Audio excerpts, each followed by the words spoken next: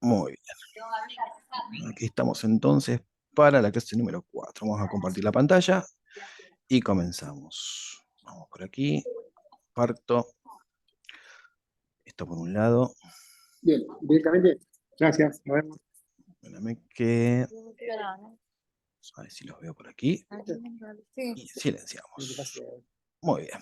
Bueno, les decía entonces, clase número 4, en la cual vamos a ver medios de contraste. Vamos a hacer mucho hincapié sobre gadolinio, que es el método, el medio que utilizamos, sí, en la mayoría, bueno, de los estudios de resonancia. Lo primero, vamos a poner esto un poquito más grande aquí. Ahí está. Bueno, obviamente toda, ¿cómo podemos decirle? Sustancia, bueno, de contraste, cualquiera sea que estemos inyectando, ¿no? Es un medicamento, ¿cierto? Y va a tener un objetivo ese. Ese objetivo siempre o sea, se busca con el medio de contraste que haya, diríamos, un comportamiento de ese medio de contraste sobre una lesión. Entonces, esto no puede dar ¿m?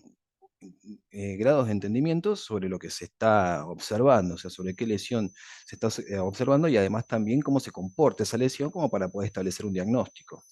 ¿Sí? Otra de las cosas fundamentales, fíjense lo que dice aquí, incrementar las diferencias entre tejido normal y patológico. Esto ya lo había visto Damadian cuando empezó la técnica de resonancia, ¿m? Pero el algoritmo lo que va a hacer es todavía aún más.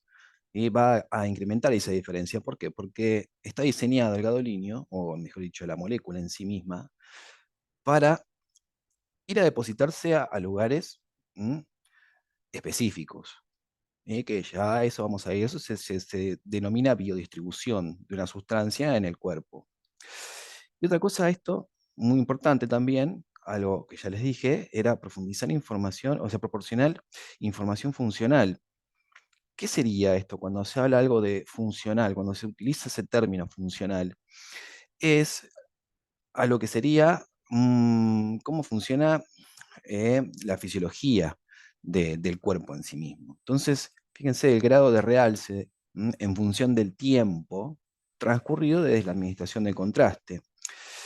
Esto es muy importante también, ¿por qué? Porque muchos estudios que vamos a ir viendo también requieren de justamente de esta técnica, ¿sí? De inyectar el gadolinio y ver cómo es su progresión en el tiempo a medida que se distribuye. Entonces, cómo el gadolinio se deposita en el tiempo, eso se puede cuantificar.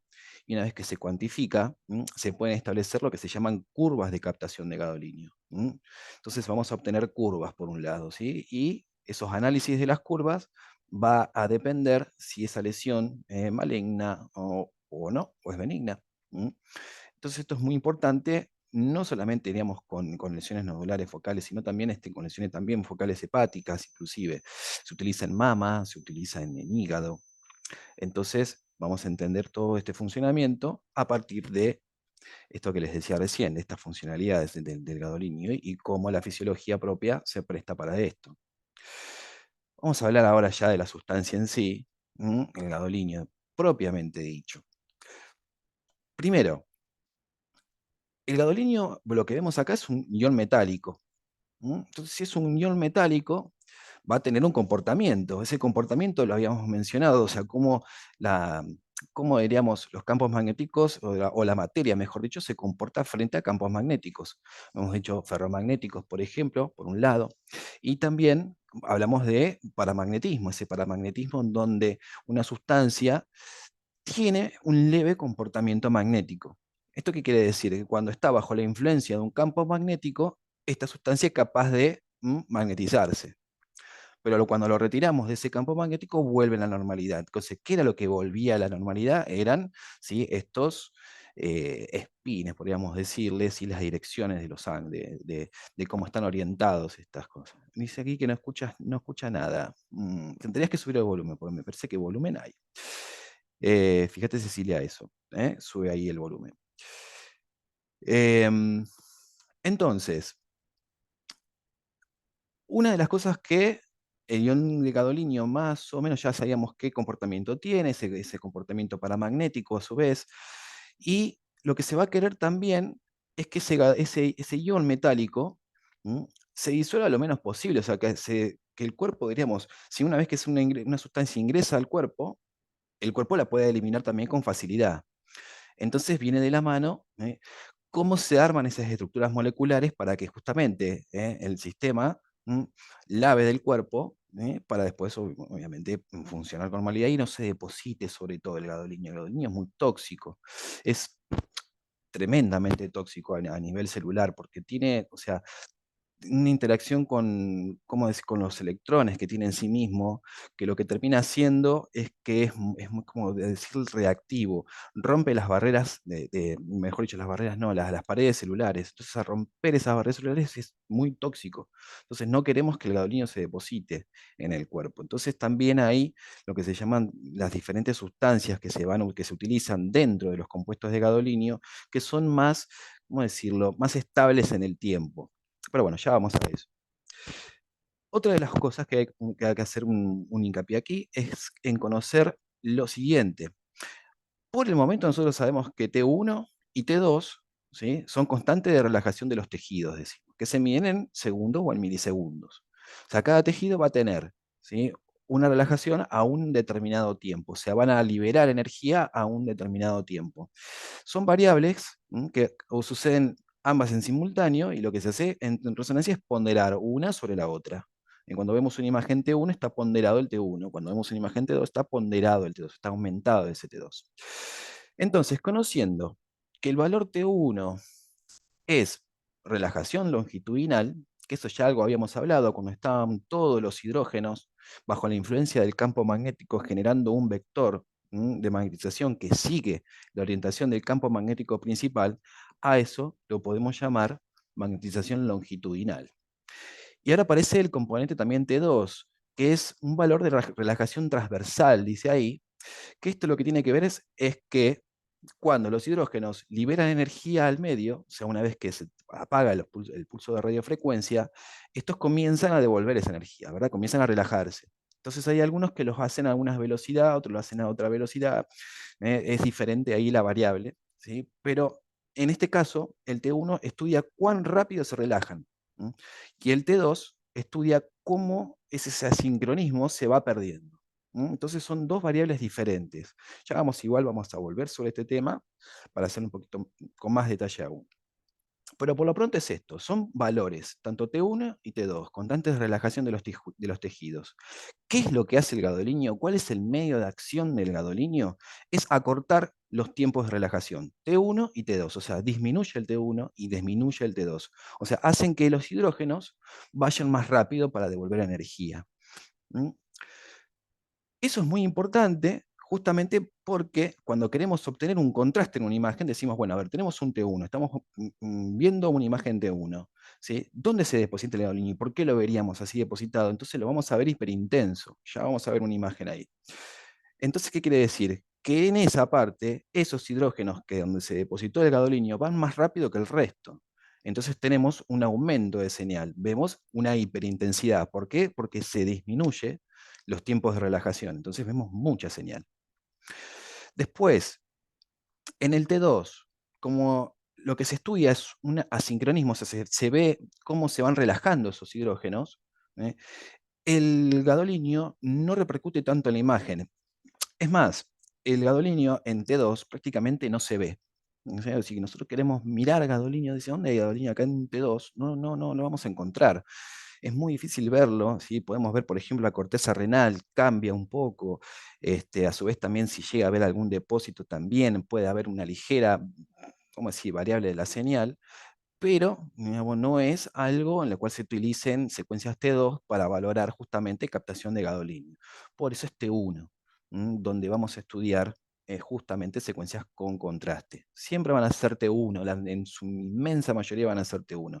¿Se puede utilizar en otras secuencias? Sí, se puede utilizar en difusión, por ejemplo, para hacer perfusión cardíaca también, o cerebral inclusive. Se puede también utilizar en secuencias eco de gradiente, pero bueno, ya de a poquito. Entonces, nos quedamos con eso, que cuál es el medio de acción, cuál es el mecanismo de acción del gadolinio, ¿sí? ¿Qué es lo que hace sobre los hidrógenos? ¿Sí? Es disminuir sus tiempos de relajación.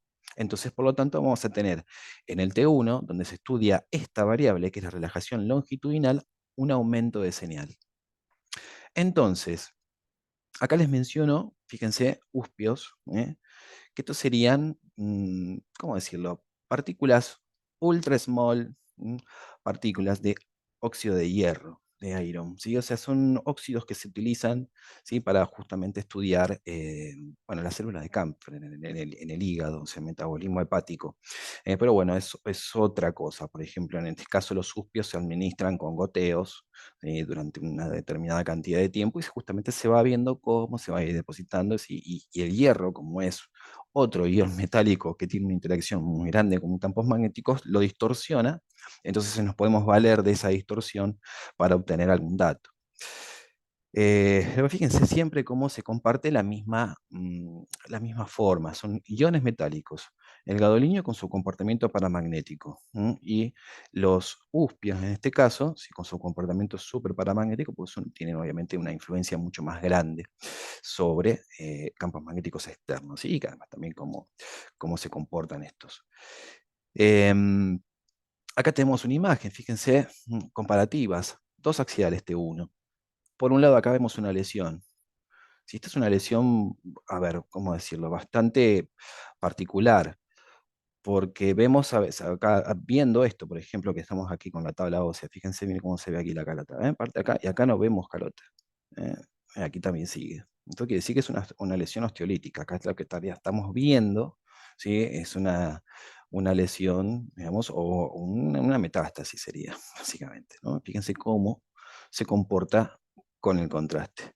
¿Qué quiere decir? Que acá estos hidrógenos van mucho más rápido, entonces nos devuelven señal. Fíjense, sin contraste y con contraste, ¿cuál es la diferencia? Entonces, devolviendo señal de los hidrógenos en donde las moléculas de contraste se depositan. Se aprecia hiperintensidad de la señal en tejido patológico. Aplica, obviamente, para eso. El agonía se utiliza para estudios de metástasis, cáncer, inflamación, todo donde el metabolismo está alterado de alguna forma. ¿Por qué? Ahora vamos para eso. ¿Cómo hace justamente que el gadolinio se deposite en estas áreas? Y ahí vamos. Acá tenemos, por ejemplo, una imagen donde estamos viendo una molécula. Como vemos, es una molécula bastante grande, por eso no pasa la barrera hematoencefálica, eso ya lo habíamos también mencionado. Y en el centro, el gadolinio. Es un ion que ya dijimos que es muy tóxico. Entonces, no queremos que este ion se quede en el cuerpo, lo queremos fuera a este metal. Entonces, para esto justamente está diseñada esta molécula. Entonces, por un lado, una molécula que encierra el ion, le podemos decir que es una sustancia quelante. Entonces, constan de componentes ion metálico y sustancia quelante. Esta sustancia quelante está diseñada de tal forma para que justamente cuando ingresa al cuerpo, donde el metabolismo está alterado, esta se deposita, y a su vez también, cuando se la lava, siga los procesos fisiológicos, diríamos, de eliminar una sustancia. O sea, tienen esas dos interacciones. Por eso son moléculas que se van armando de determinada forma, de determinado peso. Hay muchísimas cantidades de moléculas, porque en presentaciones de gadolinio podemos llegar a encontrar, no sé, ahí fácil 10, sí, muchísimas cantidades de diferentes compuestos, pero que funcionan de la misma manera. Siempre el ion encerrado dentro de una molécula quelante, ¿para qué? Para que esta molécula vaya a un lugar, se distribuya en ese lugar, se deposite en ese lugar y a su vez también pueda ser lavada del cuerpo, bueno, o eliminada del cuerpo. El gadolinio, ¿qué era lo que tenía? Algo habíamos mencionado de esto, de los electrones desapareados. Tiene 7 electrones desapareados dentro de su estructura, de su estructura, digamos, de lo que sería su nube electrónica. 7 electrones dando vuelta ahí. Entonces, esos 7 electrones que están ahí, ¿qué sabíamos ya de los electrones desapareados? Que son cargas en movimiento, que tienen campos magnéticos, generan campos magnéticos esas cargas. Entonces de ahí se debe ese comportamiento paramagnético, y que es muy influenciable y justamente lo que hace es distorsionar los tiempos de relajación. T1 y T2 los disminuye. Entonces, debido a su toxicidad y distribución desfavorable, los iones permiten que se unan a ciertas sustancias, quelatos, o sea, que se capsulan ese ion. Permiten utilizarlos en el organismo, tratando de que se libere la menor cantidad posible. Siempre que se introduce una sustancia en el cuerpo, esta sustancia no se puede llegar a eliminar al 100%, siempre algo queda, siempre es el 99%. Pero ¿qué pasa también? Hay diferentes sustancias, como dijimos, por ejemplo, 10 sustancias o 10 compuestos diferentes de gadolinio, que una vez que ingresan en el cuerpo, esta sustancia, o mejor dicho, esta molécula tiende a disociarse, se van a romper.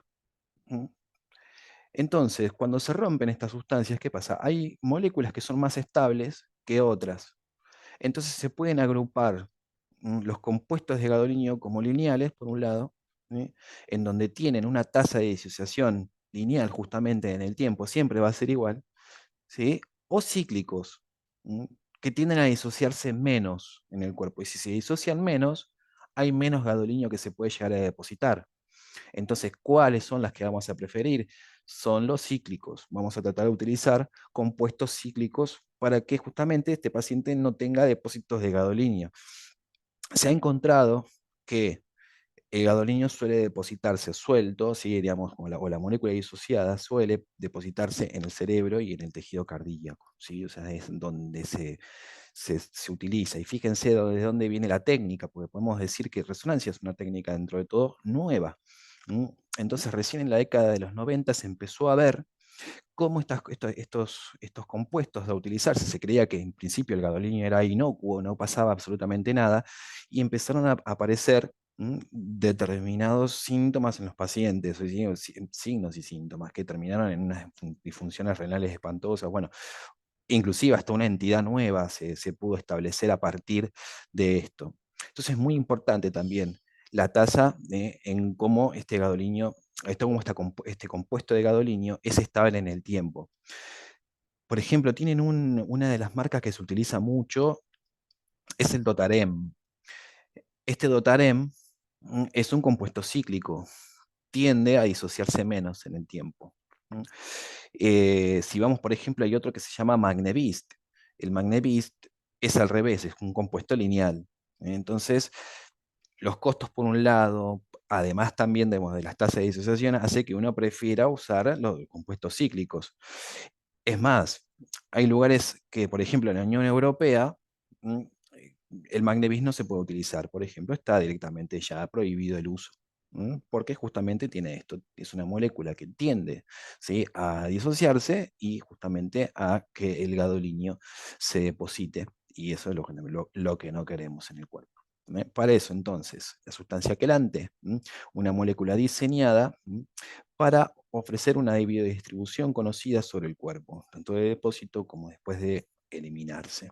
Y el ion de gadolinio encerrado en el centro de esa molécula para que interaccione lo menos posible con las células. ¿Por qué? Porque es muy tóxico, rompe las membranas celulares. Entonces, no queremos que se quede gadolinio dentro del cuerpo, ¿verdad? Bien. Esto es más o menos lo que fuimos hablando, compuestos cíclicos, donde se fija ello más fuerte, bla, bla. Bueno, acá que estaban también discontinuados, o sea, ya no se puede utilizar más en algunos lugares del mundo, en la Unión Europea, algunos, y fueron retirados de circulación, ¿sí? Y se prefieren, sí, compuestos cíclicos. Esto también ténganlo en cuenta, ¿no? Cuando son lineales y cuando son cíclicos. Mejor tolerancia y menor toxicidad.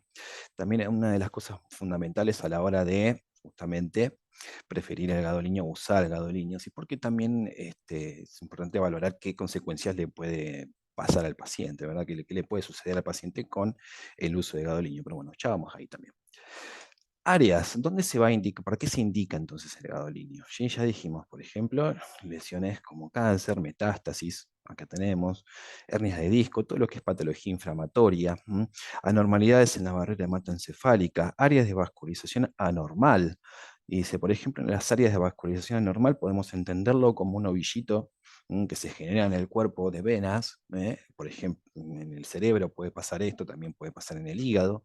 Entonces queremos ver qué es lo que está pasando ahí, justamente el gadolinium se indica para eso. Hay una entidad que son los cavernomas, por ejemplo, cavernomas talámicos, que son justamente estos, son ovillitos todos de venas, de vascularizaciones anormales. Sistema locomotor, articulaciones, pelvis, tórax, cuello. En articulaciones, el gadolinio se utiliza. Tenemos dos formas de poder utilizar el gadolinio. Una de las formas que es ya prácticamente lo que se está haciendo, lo último que se hace es introducir directamente una inyección de gadolinio en una articulación. Eso lo vamos a ver en osteoarticular, cuando veamos, por ejemplo, lesiones de hombro. Ahí vamos a ver cómo se utiliza el gadolinio en inyecciones articulares, directamente ahí en la cavidad sinovial. Si lo que se intenta hacer es generar una expansión de esa cavidad por todo ese líquido que se está inyectando, además del gadolinio, porque va a ir disuelto, no va a ir gadolinio puro, van apenas 2 mililitros de gadolinio, ¿sí? Y el resto todo solución fisiológica. Entonces eso hace que se distienda la sinovial, aumenta el tamaño, entonces a su vez también con ese contraste que nos va a dar en la imagen, ese aumento de señal en el T1, podemos apreciar mucho mejor estructuras muy pequeñas. Eso se lo conoce como arterresonancia. ¿eh? Pelvis, tórax y cuello, esto va a ser prácticamente todo terreno de angiosresonancia. Se pueden hacer con contraste, se pueden hacer sin contraste. En el caso, por ejemplo, para angios de tórax, o sea, de la arteria aorta, todo va a ir con contraste. Se pueden hacer sin, ¿sí? Pero no sería el método a elección. Cuello, obviamente, todo lo que son los circuitos arteriales del cuello. Eh, por ejemplo, para patologías hepáticas también se utiliza mucho, porque podemos, en realidad, con la inyección de gadolinio y progresión en el tiempo, ya el médico sabe qué lesión está observando. Entonces, supongamos un paciente que fue a hacerse una ecografía y resulta que encontraron una mancha en su hígado, ¿sí? Va a una resonancia o va a una tomografía inclusive también, ¿sí? Con la administración de gadolinio y ver cómo esa lesión se comporta en el tiempo, ya se sabe, ¿sí? Qué tipo de lesión sería, sin la necesidad de ir y sacar un pedacito sin tomar una biopsia de eso.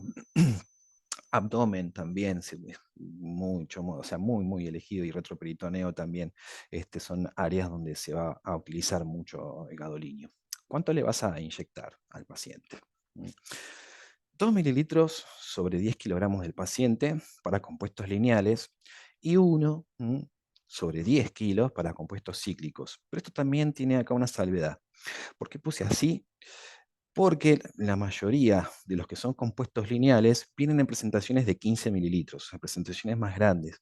En cambio, los cíclicos suelen venir con presentaciones más pequeñas, de 7,5. Pero más o menos la relación siempre va a ser esta. 2,10, 1,10. Depende cómo es la presentación del producto, ¿sí? Del fármaco que van a utilizar.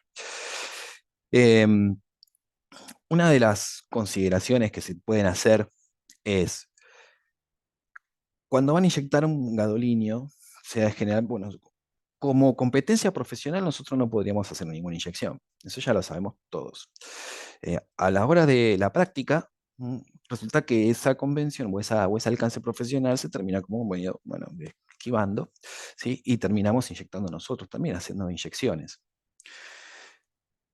Muy importante, pero muy, muy importante, a la hora de que tengan que inyectar a un paciente, no utilicen váter, o sea, a ver, ¿cómo explicarlo? Si la váter, es decir, no utilicen una inyección directa, traten de tener siempre una vía permeable colocada en ese paciente. ¿Por qué? Porque si de alguna forma a ese paciente le da algo, le pasa algo, tiene alguna reacción o algo, uno de los primeros una de las primeras secuelas o síntomas que va a tener es que ese paciente se va a hipotensar, que se va a sentir mal, se va a sentir débil. Entonces la presión le va a bajar. Entonces al bajarle la presión va a ser mucho más difícil volver a inyectarle, o sea, volver a buscarle la vena y pasarle el contraste. Entonces, una de las formas elegidas, preferidas, que da mucho más seguridad y demás, es que ese paciente tenga siempre su vía permeable. No lo hagan directamente con una váter. Eh, a la hora de la práctica les puede resultar mejor, porque ya colocar la váter y dejarla puesta puede ser que el paciente también le moleste, le duela. Entonces también no vamos a querer eso. Entonces, un catéter 22 alcanza y sobra para que después ustedes puedan inclusive, bueno, seguir utilizando esa vía, ese acceso venoso. ¿Mm? Acá tenemos dos imágenes, más en realidad tres. Una primera, que estamos viendo un sagital de rodilla, ¿sí? Y después estamos viendo acá axiales de muñeca. ¿Eh? Fíjense cuando hay tejido inflamatorio, cómo el gadoliño le gusta ir ahí, cómo se deposita en todos esos lugares. Todo esto es artrosis. Esto es lo que se llamaría, habría que ver más imágenes, ¿no? Pero sería parte de lo que es risartrosis, ¿no? Es artrosis muy, muy exacerbada justamente en el primer metacarpiano aquí. ¿No? Y por otro lado también tenemos una rodilla. Fíjense lo siguiente, miren esto acá. Y cómo el gadoliño dibuja esto, ahí arriba, aquí y acá. Esto también es todo tejido inflamatorio. Esto no podemos decir que el paciente tiene una lesión ahí, no, acá tiene no, esto es tejido inflamatorio, es toda la sinovial, ¿sí? Inflamada, y el gadoliño le va a ir a gustar justamente todo este tipo de tejidos. Otra de las formas de utilizar gadoliño en osteoarticular es con lo que son las atorresonancias, pero no directas, o sea, no haciendo la inyección dentro en la cavidad, sino que hacer una inyección sistémica y realizar, o mejor dicho, decirle al paciente que realice movimientos, ¿cómo decirlo?, periódicos durante una determinada cantidad de tiempo. Entonces la fricción de la articulación hace que el gadoliño se vaya a depositar en ese lugar. Entonces, una vez que se inyecta, se le dice al paciente que flexione la articulación, vuelve a los 15 minutos y se obtienen las imágenes de lo que sería el post-inyección, ¿no? A ver cuánto gadoliño se deposita en ese lugar. Pero bueno, es una técnica que ya está bastante en desuso, o sea, ya es muy, muy difícil encontrarnos con eso. ¿No? Pero bueno, sepan lo que también hay, directa e indirecta. La indirecta requiere también de movimientos para justamente hacer que el gadoliño se deposite ahí. En líneas generales, el gadoliño es muy bien tolerado, muy bien tolerado. Muy difícil que un paciente tenga, o sea, que reaccione a la inyección. Esto, cuando digo muy difícil, obviamente que pasa, ¿sí? Pero es, voy a decirlo, mínimo, mínimo. O sea, son, sé, como decirles un número, eh, 100 a 1, 100 a 2, capaz. Este, la mayoría de las reacciones que pueda hacer este paciente es que empieza a tener un aumento de la mucosidad nasal y ronchas, se brota, el paciente se brota entero. ¿Eh?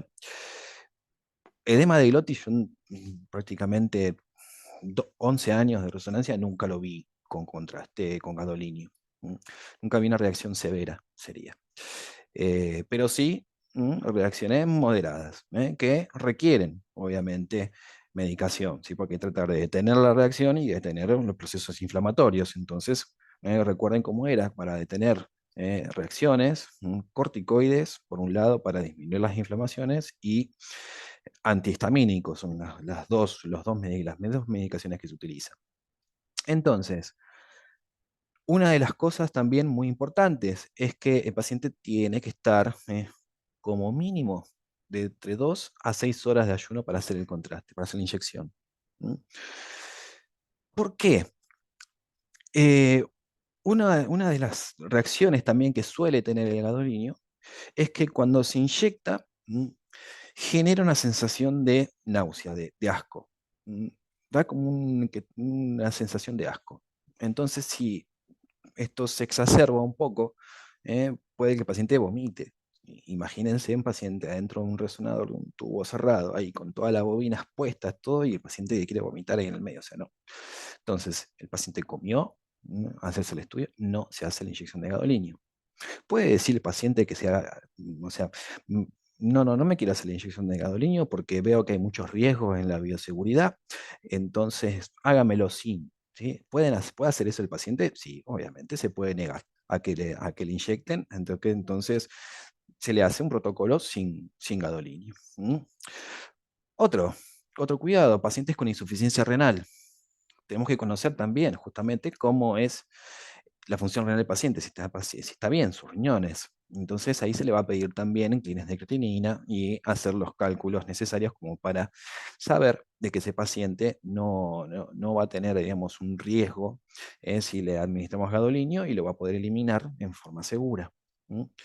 Entonces, reacciones de hipersensibilidad, que más o menos ya algo vimos, es un shock anafiláctico, el gadolinio lo puede llegar a hacer, ¿sí? Pero fíjense la tasa, eso es bajísimo, es bajísimo. Yo nunca vi una reacción severa, sí he visto moderadas.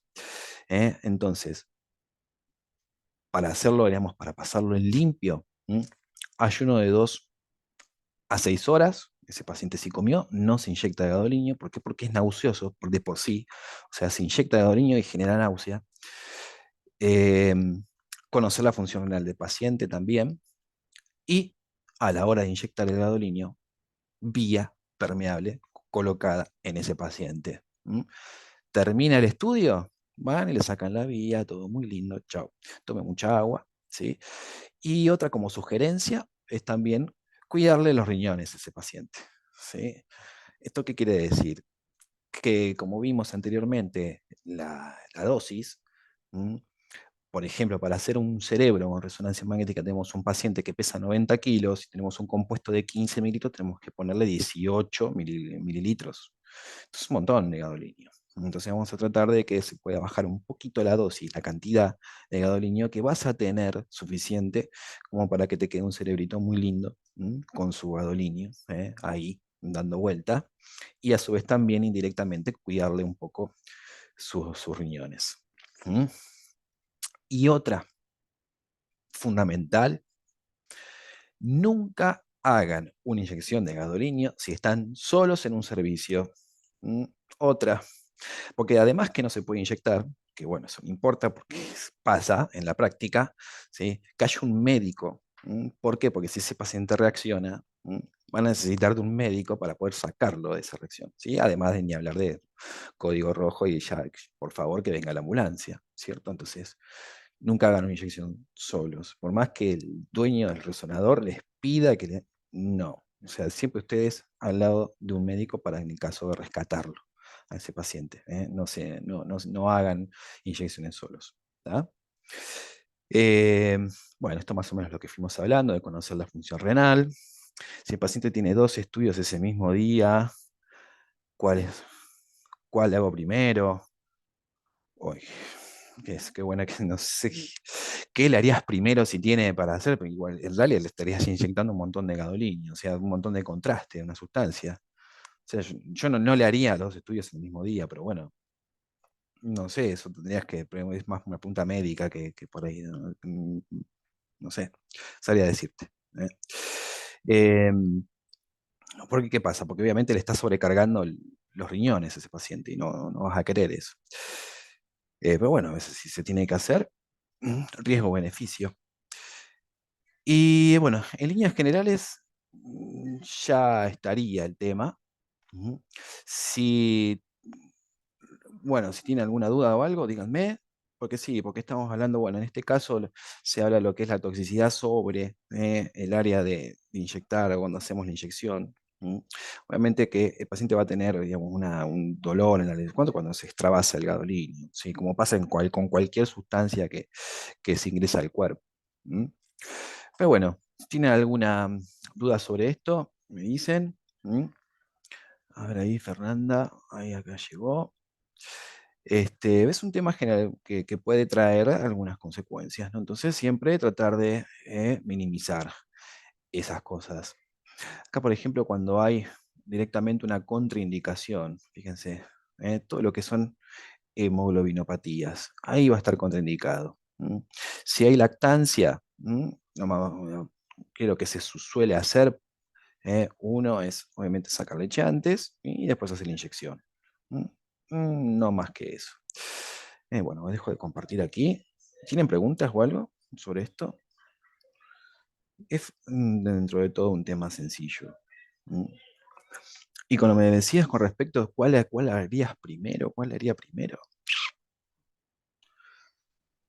Sí, sí, sí, que son, sí, sí, sí, son los zapatos específicos. Sí, también hay de esos. ¿Ve? Bayer tiene una presentación de gadolinium pasto específico, que es mucho mejor para justamente estudiar el hígado. Y además también, bueno, hay otros más, inclusive, que son las partículas de hierro, que se utilizan para ver el metabolismo hepático. ¿Mm? ¿Cuánto tiempo tarda en eliminarse? A las 24 horas ya el 99% del gadolinium ya no está presente. Y si ustedes hacen una imagen, eh, ya van a ver que a la media hora inclusive ya el contraste comienza a lavarse. Ya no lo van a empezar a ver, ya lo dejan de ver. No, por favor, Fernanda, ningún problema. Aquí estamos. Bueno, es un tema interesante, Adoliño, ¿sí? Y bueno, también tiene otra parte como para seguir profundizando sobre algunas otras también sustancias que se utilizan. ¿Mm? Así que bueno, chicos, corto acá, pues ya se terminaron esta parte. Grabación, 5 a 10 y nos vemos de vuelta. Así que finalizo por aquí.